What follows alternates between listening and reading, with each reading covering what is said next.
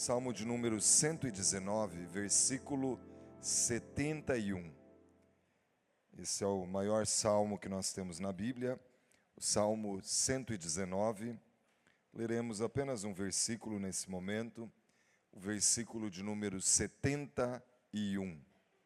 Abra o seu coração para o ministrar de Deus a nossa vida. Salmo de número 119, versículo 71. Amém? Ou alguém me ajude? Amém? Vamos ler todos juntos esse versículo? Foi-me bom ter eu passado pela aflição, para que aprendesse os teus decretos. De novo, bem bonito, todo mundo junto. Foi-me bom ter eu passado pela aflição, para que aprendesse os teus decretos. Vamos orar mais uma vez? Obrigado, Senhor, pela tua palavra tão rica. E nós queremos agora que o Senhor tire as vendas dos nossos olhos, para que nós possamos contemplar as maravilhas da tua lei. Quebranta o nosso coração nesta noite, Senhor. Fala conosco com poder e autoridade. Deus, que em nome de Jesus o Senhor mesmo repreenda toda e qualquer artimanha do inimigo da nossa alma contra a nossa vida, e que nesse momento o Senhor possa tomar a minha vida, a minha mente, fazendo de mim um canal desobstruído, para fluir sobre o teu povo a tua mensagem. Fala conosco agora, Espírito Santo. Convém que Cristo cresça e eu diminua. Certo disso, oro em nome de Jesus. Amém e amém. Graças a Deus. Esse é um texto que impacta muito o meu coração. Porque se nós formos francos aqui, se a gente for abrir o confessionário, todos nós já passamos por momento de aflição. Eu confesso que eu já vivi momentos de tanta angústia que o coração parece que começa a ter taquicardia, a gente começa a ter taquicardia e parece que falta até o ar. E quando a gente está no meio do turbilhão, a gente tem a sensação que não haverá um livramento, um escape. A angústia às vezes é tão intensa que só o travesseiro sabe como nós o alagamos diante das adversidades, das lutas, das muralhas e das dificuldades. Parece que a situação do salmista não foi diferente. Mas depois de ter superado e vencido crises e lutas e tribulações, ele escreve esse versículo, ele escreve o Salmo 119, mas hoje eu quero focar nesse versículo, o versículo de número 71, dizendo: foi-me bom ter passado pela aflição. E ele fala de um propósito aqui, para que eu aprendesse os teus decretos. Parece uma liturgia estranha, não é? Foi bom passar por aflição? É difícil quando a gente passa por aflição. Hoje, o irmão chegou cedo aqui na Alvorada. Toda terça-feira nós oramos aqui das 6h30 às 7h30. A esposa havia saído com o carro, de repente o carro pegou fogo, lá no centro, destruiu todo o carro. E ele veio aqui porque precisava de um guincho, ver se a gente conhecia alguém, mas, claro, ele também estava querendo um conforto, porque um momento de luta. Mais tarde eu fiz contato com ele, perguntando como que estava, e ele me disse o seguinte: Deus está no controle, pastor.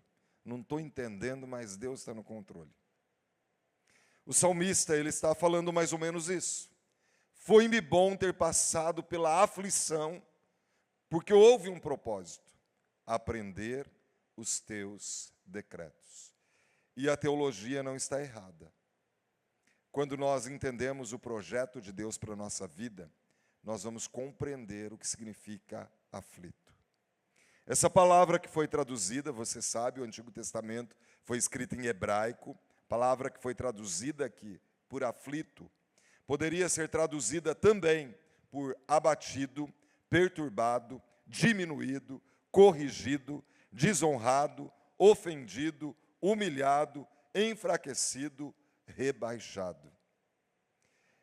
E se eu e você refletirmos sobre isso, o que o salmista está dizendo é: foi bom quando eu passei por um momento de abatimento, quando eu fui abatido, quando eu fui perturbado, quando eu me senti diminuído, quando eu fui corrigido, quando eu fui desonrado, quando eu fui ofendido, quando eu fui humilhado, quando eu me senti enfraquecido, quando eu fui rebaixado, com um propósito, para que eu aprendesse os decretos do Senhor.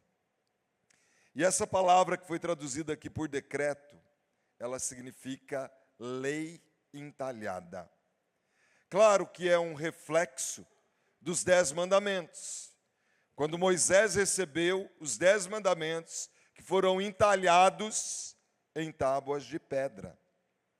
O que o salmista está dizendo é: foi bom quando eu passei por tantas lutas, por tanta aflição, para que a tua verdade, a tua palavra, fosse entalhada, onde? No meu coração.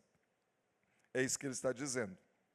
Foi bom que Deus permitisse que eu passasse por esse momento. Muitas vezes eu já ouvi pessoas dizerem: Deus está me testando. Essa é uma prova. Eu creio que mais do que um teste, embora possa ser, nós passamos por aflição pelos mais diversos motivos, muitas vezes até pela nossa própria semeadura, porque a Bíblia diz que aquilo que o homem semeia, ele vai colher. Semeia vento, colhe vento. Porque a semente, ela produz na sua própria espécie. Ninguém planta laranja e vai colher maracujá. A semente, ela produz na sua própria espécie. Então nós temos que cuidar com aquilo que nós estamos semeando, porque vem o tempo da colheita. Embora, quando nós vamos para Deus, Deus é infinito em misericórdia. O Salmo 103 diz que Deus, Ele não nos trata segundo os nossos pecados. A gente não suportaria. Ainda bem que nós temos um Deus que é infinito em misericórdia. Mas aquele que não vai para Deus pode esperar a colheita. E muitas vezes, mesmo a gente indo para Deus, tem situações que a gente vai ter uma colheita. Mas indo para Deus, Ele nos ensina como lidar com os problemas que nós criamos. As misericórdias do Senhor são a causa de nós não sermos consumidos. E elas se renovam todas as manhãs. Então, mesmo que você tenha criado um problema, porque nós temos um Deus misericordioso, nós podemos pedir a Ele que nos ajude a resolver as nossas crises e os nossos problemas, porque Ele é Deus misericordioso. Mas eu gosto muito de pensar naquilo que diz o salmista no outro momento. No versículo 34, 19, capítulo 34, 19, ele diz: muitas são as aflições do justo, mas o Senhor os livra de todas. Então, muitas vezes, as pessoas pensam que porque estão caminhando num caminho de integridade e justiça, não virão provas, não virá aflição. Mas o próprio salmista, ele está dizendo: muitas são as aflições do justo, mas o Senhor os livra de todas. Essa é uma convicção que tem que tomar conta do nosso coração. Porque muitas vezes parece que a gente limita o poder de Deus e acha que Ele pode nos livrar de algumas aflições. Ele pode nos livrar de todas, uma a uma. Ele vai escrevendo a nossa história e Ele vai construindo. Sabe que o dicionário Webster define a aflição como a melancolia. Ele define assim: é o máximo da depressão. E muitas vezes é assim. Quem aqui já não teve vontade de se trancar num quarto diante de lutas e tribulações e não sair de lá? A angústia, a aflição toma conta do coração. Muitas vezes a aflição é depressão pura e simples mesmo, que nós estamos enfrentando. E o salmista está falando sobre isso. Ele diz que foi bom ele ter passado por esses momentos, para que ele aprendesse os decretos do Senhor. Por isso, se você está vivendo um momento de aflição, momento de dificuldade, parece que não tem uma resposta, você tem apresentado causas ao Senhor, e parece que você não está vendo nenhum sinal do favor dEle, eu gostaria de compartilhar com você algumas lições que eu aprendi com as aflições. E talvez, espelhados aqui pela palavra, eu e você possamos nos identificar com os servos de Deus no passado e saber que gente muito boa, passou por angústia e aflição. Primeira verdade que eu quero compartilhar com você é que nós não conseguimos vencer as aflições na própria força. Não é por força nem por violência, mas pelo agir do Espírito Santo de Deus. Eu e você precisamos entender que muitas vezes a gente fica querendo dar jeitinho para Deus, mas Deus sempre traz o escape e o livramento. Gosto muito do Salmo 37, quando diz: agrada-te do Senhor, e Ele satisfará os desejos do teu coração. Primeiro a gente se agrada do Senhor, e como resultado, nós temos Ele suprindo as nossas necessidades, Ele satisfaz os desejos do nosso coração. Entrega o teu caminho ao Senhor, confia nele, e Ele fará muito mais do que você imagina. Mas eu quero fazer uma associação aqui com você, lembrando que a Bíblia, ela vai falando sempre das batalhas e das dificuldades que o povo de Israel enfrentou. Nós vemos de Gênesis a Apocalipse, Deus falando deste povo, que Ele escolheu para ser o seu povo, e algo que me chama a atenção de Gênesis a Apocalipse é a questão da idolatria. Porque o tempo todo Deus vinha com graça para com esse povo, mas o povo se prostrava diante de outros deuses. E todos nós, às vezes, criamos ídolos do coração. Às vezes nós que somos evangélicos, criticamos tanto aqueles que são da igreja romana por ter as suas estátuas, mas há muitas pessoas que têm ídolos do coração. Porque um ídolo é aquilo que me domina e eu não consigo deixar, não consigo largar. Pode ser um vício, pode ser coisas que você nem acha que está errado. Muitas vezes, até a nossa espiritualidade pode ser um ídolo. Porque tem gente que se acha muito superior do que os outros. Porque às vezes tem um dom, porque às vezes está envolvido em um ministério. E Deus não faz acepção de pessoas. Então, quantas vezes um título, um vício, tudo aquilo que me domina, e eu não consigo deixar, isso é um vício. Isso é uma idolatria. E eu tenho visto as mais diversas situações. Eu tenho visto pessoas que estão se prostrando diante de alguns ídolos. Se esse ídolo domina, se esse algo domina, e você não consegue deixar, esse é o ídolo. Há pessoas que estão presas ao dinheiro, e dinheiro é uma bênção, gente. Nós precisamos de dinheiro para sobreviver. Mas sou eu que direciono o dinheiro, eu que administro, eu que cuido do dinheiro, não é o dinheiro que me domina. Há pessoas que pelo dinheiro negociam princípios. Pode ser o trabalho, pode ser o poder, pode ser o sexo, porque há gente que vai por um caminho aí terrível, e as mais diversas situações que nos dominam. Se domina é idolatria, porque só o Espírito de Deus pode me dominar. E é melhor ser servo, ser escravo do Espírito de Deus do que de qualquer outro. É melhor ser escravo do Espírito Santo do que escravo do diabo. Nós somos servos dele, porque o jugo dele é leve, é suave.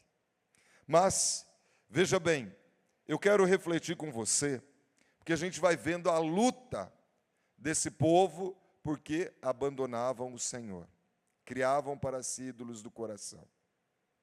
Mas Deus sempre vem em socorro, a fim de livrar e de libertar. Mas eles insistiam em ir por caminhos tortuosos. Por isso, lá em 1 Coríntios capítulo 10, versículo 6, ou mesmo no capítulo 10, você vai ver que eles praticaram 5 tipos de pecados e que impediram a eles de entrar em Canaã. Já pensou nisso? Canaã é sinal de bênção, prosperidade, terra que mana leite e mel. Um lugar abençoado para você estar e criar a sua família, com fartura, com abundância, com riqueza, com qualidade de vida. Mas o povo pecou. Eles ficaram 40 anos andando em círculo no deserto. Se você sair em linha reta do Egito em direção a Israel caminhando. Você gasta 15 dias, 2 semanas, para chegar do Egito até Israel. De onde eles estavam até Israel. Eles ficaram 40 anos. Por quê? Lá em 1 Coríntios 10 diz que eles praticaram alguns pecados. Eles murmuraram, eles praticaram imoralidade sexual, se casando com mulheres ímpias e se envolvendo com mulheres ímpias. Eles praticaram um pecado que é pôr o Senhor à prova. O que é pôr o Senhor à prova? É quando eu sei o que diz a palavra de Deus, mas eu insisto em ir para o caminho contrário à palavra. E peço ainda para Deus me abençoar. Isso é pôr o Senhor à prova. Você quer ver um exemplo? Eu não sou fiel nos dízimos e nas ofertas, e eu peço para Deus abençoar a minha vida financeira. É pôr o Senhor à prova. Porque eu conheço o princípio e não obedeço. É o cara que está adulterando e pede para Deus abençoar o relacionamento com a amante. Isso é pôr o Senhor à prova. Sabe que é uma prática pecaminosa e ainda pede a bênção de Deus. Mas eles puseram o Senhor à prova. Eles praticaram a idolatria e eles cobiçaram. Ficaram 40 anos andando em círculo. Israel é um símbolo para nós hoje. Nós somos o novo Israel de Deus. E há muitas pessoas que estão em sofrimento, em escravidão, e precisam ser libertos do Egito, porque têm vivido no Egito, sempre cometendo esses pecados. E só Deus pode libertar. Eu não sei se você já pensou, por que Israel não se levantou contra o povo egípcio? A palavra de Deus diz que eles eram em número muito maior, eles eram mais fortes, mas eles aceitavam a opressão. Primeiro porque parece que o entendimento fica cego, as pessoas ficam sem reação. Parece que existe uma síndrome de escravo, enquanto você pode ser livre em Cristo Jesus. Parece que o ser humano sempre vai por esse caminho. Em Êxodo capítulo 1, versículo 9, diz: o povo dos filhos de Israel era mais numeroso e mais forte do que nós. Mas sabe, Deus ele promete que ia libertar a eles. Mesmo eles agindo em rebeldia, Deus usa de misericórdia e Ele traz uma promessa para eles. Eu vou tirar vocês da escravidão. Em Êxodo capítulo 3, versículo 7 a 8, diz assim: o Senhor disse a Moisés: vi a aflição do meu povo que está no Egito, e ouvi o seu clamor por causa dos seus exatores. Conheço-lhe o sofrimento, desci a fim de livrá-lo. Essa é uma promessa para aquele Israel, e essa é uma promessa para mim e para você, o novo Israel de Deus. Porque Deus, Ele vê a aflição do seu povo. Olha o que Ele diz: conheço-lhe o sofrimento. Deus não é um ser sádico, que fica vendo a gente sofrendo e fala: nossa, que bom, né, que ele está sofrendo. Você já pensou, Jesus, Ele precisaria ter se encarnado e tornar-se um de nós? Por que Jesus tornou-se um de nós? Para que Ele pudesse compreender o sofrimento do ser humano. Ele é solidário a mim e a você quando nós passamos por aflição. Mas Deus promete. Ele diz, no capítulo 6, versículo 6 a 8 de Êxodo, Ele diz assim: eu sou o Senhor, e vos tirarei de debaixo das cargas do Egito, e vos livrarei da sua servidão, e vos resgatarei com o braço estendido e com grandes manifestações de julgamento. Tomar-vos-ei por meu povo, e serei vosso Deus, e saberei que eu sou o Senhor vosso Deus, que vos tiro debaixo das cargas do Egito, e vos levarei. Aquele povo, eles estavam em sofrimento, não tinham liberdade de cultuar o nosso Deus. Os exatores chicoteavam a eles para que eles pudessem produzir. crianças foram mortas injustamente. Eles eram escravos debaixo das mãos do faraó. E muitas vezes há pessoas assim, escravos debaixo das mãos de Satanás, porque não se posicionam. Às vezes sabem que em Cristo são mais fortes, mas toleram a opressão. E eu fico perguntando, até quando você vai resistir? Porque quanto mais você resistir, mais vai se prolongar o sofrimento. Você só está prorrogando o sofrimento. Porque se você de fato faz parte desse povo escolhido, Deus não vai abrir mão de você. Você pode fugir para onde quiser. Porque, se não for de barco, Deus manda de peixe, viu? É assim que ele fez com Jonas. Então é melhor ouvir, atender e obedecer e se entregar totalmente. Porque se você pertence ao Senhor, Ele nunca vai abrir mão de você. Então não adianta resistir, só prorroga o sofrimento. Sabe que uma das cenas mais impactantes para mim é a cena de Davi e Golias. Porque você veja bem, era uma pessoa pequena, de baixa estatura, era um homem que não estava com armamentos. Vem Golias, alto, forte, cheio de equipamentos. E Davi, ele diz, olha, você vem contra mim com espadas e lanças, mas eu vou contra você em nome do Senhor dos Exércitos. E é isso que eu tenho aprendido. Nas nossas aflições, nós só vamos vencer em Deus. Só em Deus. Não adianta resistir. Aqueles que resistem caminham para o fracasso. Por isso, em Êxodo 6, versículo 7, Deus disse, eu serei o vosso Deus, e sabereis que eu sou o Senhor vosso Deus, que vos tiro debaixo das cargas da servidão. O Senhor tem alívio. Se eu e você estamos carregando fardos, nós estamos dizendo que não valeu nada o sacrifício de Jesus. Porque se Ele já carregou o fardo que era nosso, por que a gente tem que carregar? O jugo dele é suave, o fardo é leve. Mas está mais pesado do que eu e você podemos carregar, talvez seja porque nós não aprendemos a lançar diante dele a nossa ansiedade. Então eu tenho aprendido que nós não conseguimos vencer as aflições na força do braço. É sempre indo para Deus. Aqueles que muitas vezes na hora da aflição espirram, estão indo na contramão. Às vezes no momento da aflição é que eu mais tenho que intensificar a oração, o meu compromisso com Deus. Então, essa é a primeira verdade. A segunda verdade é que as aflições vêm sobre nós para nos conduzir a Deus.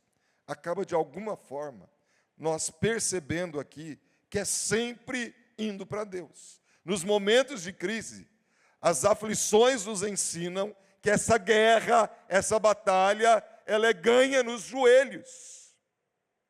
Sabe que na minha vida, quantas lutas, eu e a Luciana, nós enfrentamos algumas lutas que foi no jejum e na oração, porque eu já estava desistindo, enquanto ser humano. Ah, se não fosse a mão do Senhor. Lá em Êxodo, no capítulo 2, versículo 23, diz assim, no dia da minha angústia, eu procuro o Senhor. Eu citei o texto errado, é Salmo 77, 2. No dia da minha angústia, eu procuro o Senhor. É isso que o salmista Davi diz. O que eu faço no dia da minha angústia? Eu procuro o Senhor. Eu vou para Ele, eu apresento a minha causa. Deus, eu não estou aguentando. Eu estou chorando, está doendo, eu não sei o que fazer. Eu não tenho uma decisão aqui. Me direciona. Eu procuro o Senhor. Êxodo 2, 23 diz, clamaram e o seu clamor subiu a Deus. Clamaram e o seu clamor subiu a Deus. Sabe que tem algo que é tão impactante para a minha vida. A Bíblia diz que ainda que a gente não saiba orar como convém, o Espírito Santo intercede por nós com gemidos inexprimíveis. Você já pensou nisso? Que às vezes até assim, Deus, né? Aquele suspiro, Ele está intercedendo. Pai, socorre. Ele intercede por nós com gemidos inexprimíveis, para que o Pai ouça a nossa oração. Diante das aflições, que às vezes a gente está sem resposta mesmo. Deus, eu não sei orar como convém. Não pense você que as palavras bonitas vão impressionar. A Bíblia diz que um coração contrito o Senhor não despreza. Não se preocupe com oratória. Deus está chamando gente que tem franqueza de coração. O salmista diz, derrama o teu coração como águas na presença do Senhor. Quem consegue conter nas mãos água? Deixa derramar, derrama o coração. Se torna como uma criança que perde colo ao pai. Não se preocupe com palavras bonitas. Tem gente que não gosta de orar em público, por quê? Se preocupa com o que vão pensar. Não se preocupe com o que vão pensar. Ana, ela se derramou em lágrimas na presença do Senhor. Até o líder da igreja pensou que ela estava embriagada. Mas ela diz, não, Senhor, estou clamando por um filho. Eu não tenho filho, eu me sinto envergonhada, eu me sinto exposta. Naquela cultura era terrível, uma mulher que não podia gerar.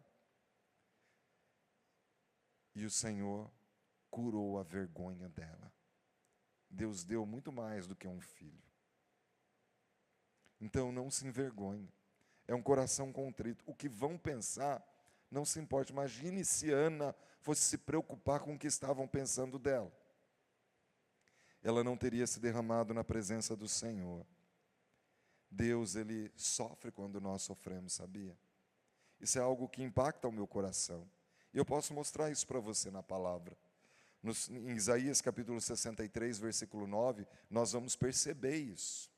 Que o sofrimento daquele povo, mesmo eles pecadores, mesmo desobedientes, Deus sofria junto.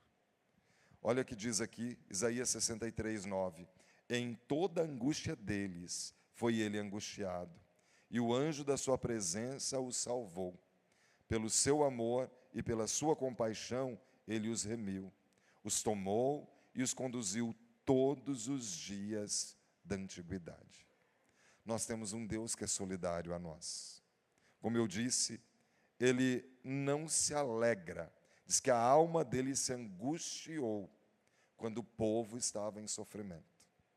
Deus, Ele tem promessas para nós. Ele tem verdades. E todas as vezes que eu e você obedecemos essa palavra, nós simplesmente evitamos problemas. Desobedeceu, vai ter problemas. É uma situação clara. Eu e você temos um pai que é amoroso. Muitas vezes as pessoas olham para Deus como se Ele fosse aquele Deus punitivo, que não vê a hora da gente falhar para punir. Esse não é o Deus que nós cremos, não é o Deus que é apresentado na Bíblia. Por bom que o seu pai terreno tenha sido, ele não pode ser comparado a Deus, porque ele falhou. Em algum momento, ele falhou. Por bom que tenha sido. Ou talvez você tenha olhado para Deus, porque talvez você não teve a melhor figura de pai. É rebaixar demais a Deus. Ele é Abba Pai. Ele é paizinho querido. Então, nós não conseguimos vencer na própria força. As aflições vêm para nos conduzir a Deus. E, por fim, eu tenho aprendido que a aflição ela piora muito antes de chegar o livramento. Não sei se você já viu isso. Você fala, mas pastor, mas quanto mais eu estou orando, está ficando pior a situação. Quantas vezes eu já ouvi isso? Você acha que o inimigo vai se dar por vencido assim tão facinho?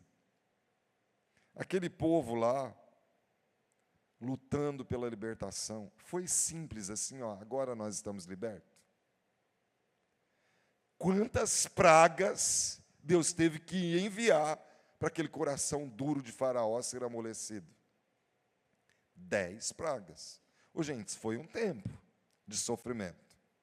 Só você observar o que eram as pragas. Deus, Ele tem promessas. Ele havia prometido, eu vou libertar vocês. Mas parece que nunca chegava para aquele povo. Às vezes a gente tem essa sensação. Mas sabe, eu percebo na palavra que todos aqueles que alcançam a vitória são aqueles que perseveram em oração. Não abrem mão de caminhar com o Senhor. Em Êxodo capítulo 4, versículos 29 a 31, diz assim: Foram Moisés e Arão, e ajuntaram todos os anciãos dos filhos de Israel. E Arão falou todas as palavras que o Senhor havia dito a Moisés. Fez os sinais perante os olhos do povo, e o povo creu. E quando ouviram que o Senhor havia visitado os filhos de Israel, e que tinha visto a sua aflição, inclinaram e adoraram. O povo foi tomado de aflição. Aleluia! Deus virá para nos libertar. Mas sabe o que aconteceu? O faraó falou assim: dificulta mais. Tira a palha das lajotas, dos tijolos que eles estão fazendo. Porque as palhas ajudavam na liga. Tira, vamos dificultar. Dobra o trabalho. E se não fizer, chicoteia. Deus vem, os profetas reúnem o povo, dão a palavra de Deus, uma palavra de esperança, mas o que vem a seguir dificulta o trabalho, intensifica a crise, o problema fica maior. Muitas vezes é assim que tem acontecido. É como se o diabo estivesse dizendo: eu tenho pouco tempo, então eu vou aproveitar agora. Eu vou fazer de tudo para eles esfriarem na fé. Por isso que a palavra diz: resistir ao diabo e ele fugirá de vós. Sede sóbrio e vigilante, porque o diabo, vosso adversário, anda ao derredor de vós, procurando alguém para devorar. Ao nosso redor está a proteção divina. Se tiver uma brecha, ele ataca. Pode ser que alguma crise tenha intensificado, porque o diabo está vendo seus joelhos em terra. E ele sabe que quando um crente ora, Deus traz a vitória. Então o que ele quer fazer? Quer fazer a gente esfriar. Quer fazer a gente esmorecer. Mas nós não somos daqueles que retrocedem. Quem põe a mão no arado não pode olhar para trás. Nós seguimos olhando firmemente para o autor e consumador da nossa fé. Por isso, lá em Êxodo capítulo 6, versículo 1 e 2, veio o Senhor e ele disse: Então disse o Senhor a Moisés: Agora verás o que hei de fazer a Faraó. Por causa da minha poderosa mão os deixará ir. Por causa da minha poderosa mão os lançará fora da sua terra. Disse mais Deus a Moisés: Eu sou o Senhor. Sabe quando ele diz eu sou o Senhor? É como se ele estivesse dizendo: Moisés, eu não vou decepcionar você. Eu cumpro a minha palavra. Céus e terra poderão passar, mas a minha palavra não passará. Eu cumpro, eu prometo e eu cumpro. Resistam. Então, se a aflição está difícil, aguenta mais um pouquinho aí. Aguenta firme. Eu creio que o livramento está próximo. Sabe que a palavra de Deus é tão rica, né? São tantos os textos que ministram profundamente ao nosso coração. Gosto muito de Isaías 54, versículos 11 a 14. Diz assim: Ó oprimida, arrojada com a tormenta e desconsolada, eu te construirei com pedras de turquesa e te fundirei sobre safiras. Farei os teus baluartes de rubis, as tuas portas de joias brilhantes, e todos os teus muros de pedras preciosas. Todos os teus filhos serão ensinados do Senhor, e grande será a paz de teus filhos. Com retidão serás confirmada. A opressão estará longe de ti, já não temerás. O terror será removido, não chegará a ti. Por que esse texto, para mim, fala muito ao meu coração? Porque ele é uma profecia. Sabe o que eu creio do que ele está falando? Ele está falando de mim e de você. Eu não sei se você sabe, mas o diamante, ele pode ter sido um pedaço de carvão, que passou por altas pressões na natureza, talvez altas temperaturas em vulcões, por séculos e séculos, até que se tornasse aquela pedra tão dura que é capaz de cortar o vidro. Mas quando lapidada, de um brilho intenso, extremamente valioso, precioso, algo caro. Uma pedra de rubi é um tipo de quartzo que já passou por altas temperaturas em vulcões, para que se tornasse aquela pedra linda, vermelha, de grande valor. Para que a ostra possa produzir a pérola, ela precisa ser ferida. Normalmente um corpo estranho, um grãozinho de areia, entra e fere a ostra, e ela começa a eliminar como que uma calcificação, e vai formando a pérola. Pérola se torna uma pedra de grande valor. A Bíblia diz que a Nova Jerusalém que Jesus foi preparar, ela é feita de ouro polido como espelho. Cada fundamento dos muros de uma pedra preciosa. Os portões da cidade, enormes pérolas. Eu creio que essas pedras são os salvos que vão adornar a cidade santa. Aqueles que passaram pela aflição, pelas pressões, mas perseveraram olhando firmemente para o autor e consumador da sua fé. Ao vencedor, dar-lhe-ei a sentar-se comigo no meu trono, disse o Senhor. E assim como eu venci, vós vencereis.